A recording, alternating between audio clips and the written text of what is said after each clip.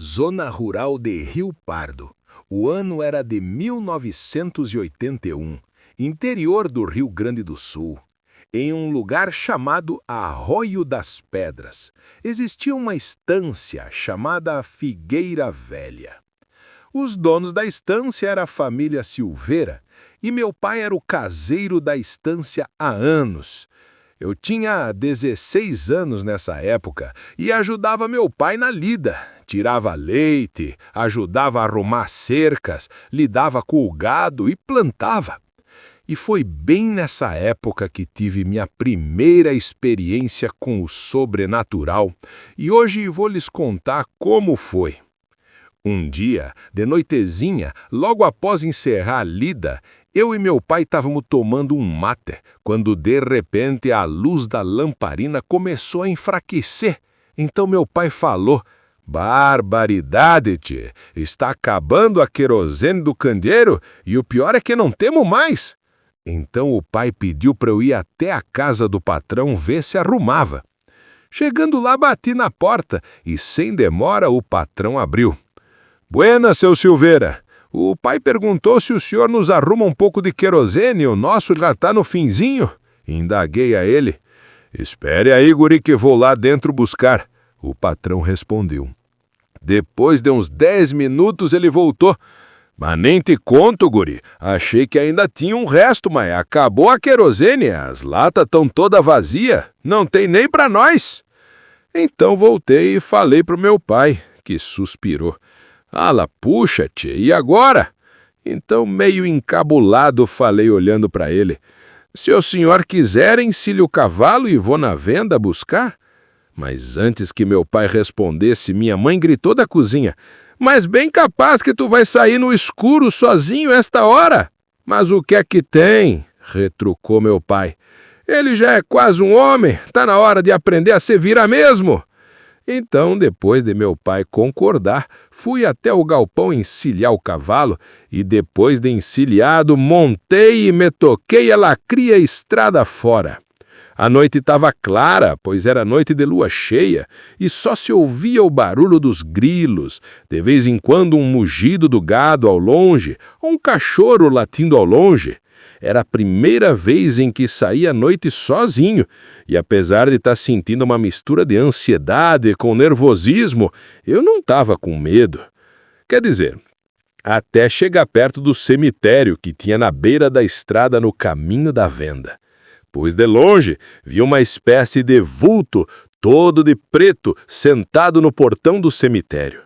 E aquele ser estava ali sentado, de cabeça baixa, abrindo e fechando o portão com a mão. Aquele rangido do portão, no silêncio da noite, era assustador. Parei em frente a ele, porém era como se eu nem existisse. Não demonstrou a mínima reação. Então o cumprimentei para ver o que ele faria. "Buenas!" gritei alto, acenando com a mão. E olha, minha gente, foi aí que aquele vulto parou de brincar com o portão e olhou em minha direção. Pensei que ia conseguir ver seu rosto, mas confesso que estava enganado. O que enxerguei foi apenas 2 olhos vermelhos brilhando como 2 brasas acesas. Quando aquilo olhou para mim, arrepiou até a alma. "Minha Nossa Senhora, o que é isso?" pensei comigo. "Parece que não tem rosto." E depois de ter me olhado fundo nos olhos, mas sem me cumprimentar de volta, ele simplesmente baixou a cabeça e voltou a brincar com o portão. Sou obrigado a dizer para vocês que eu nunca tinha sentido tanto medo. O mais depressa que pude, dei de esporas no meu cavalo e parti a todo galope em rumo ao armazém. E chegando lá na venda, pude notar que estava lotada de gente, mas eu não quis contar nada daquilo para não rirem de mim, não acreditariam em mim de qualquer forma. Acho que fiquei lá na venda cerca de meia hora, conversando com a gauchada. A prosa estava tão boa que até me esqueci no vulto do cemitério e quase de me esquecer também de ir embora. Então, sem demora, peguei a querosene e me despedi do dono da venda. "Buenas, seu Arlindo, até mais ver." "Buenas, guri, mas vá logo que esta hora seu pai já deve estar no escuro", respondeu ele, acenando. Então montei no meu pingo e comecei a minha jornada de volta. A gauchada lá na venda estava bem animada, pensei comigo mesmo. Se o pai não tivesse esperando, eu tinha ficado um pouco mais, completei em meus pensamentos.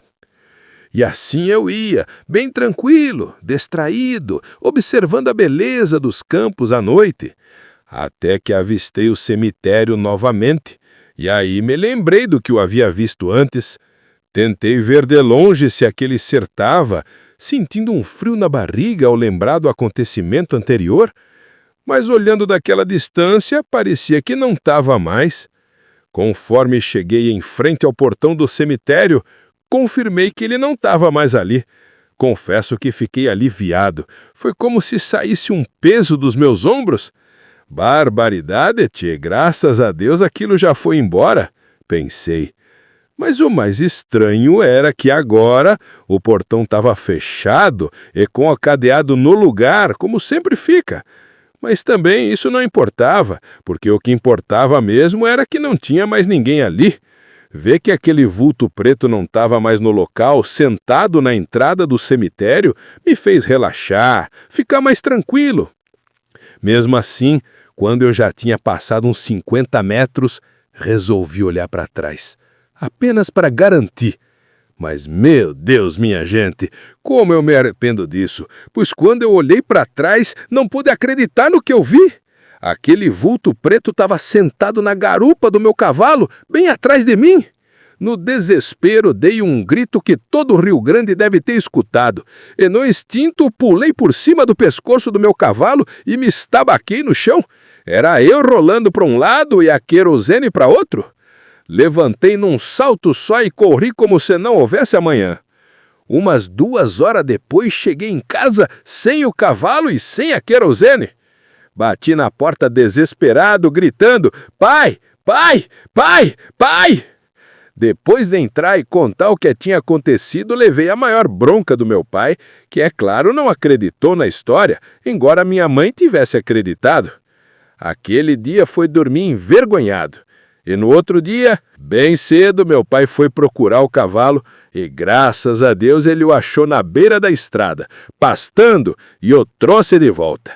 Demorou anos até que meu pai confiasse em mim para deixar eu fazer alguma coisa sozinho de novo. Mas bem, hoje sou adulto e moro em Outros Pagos.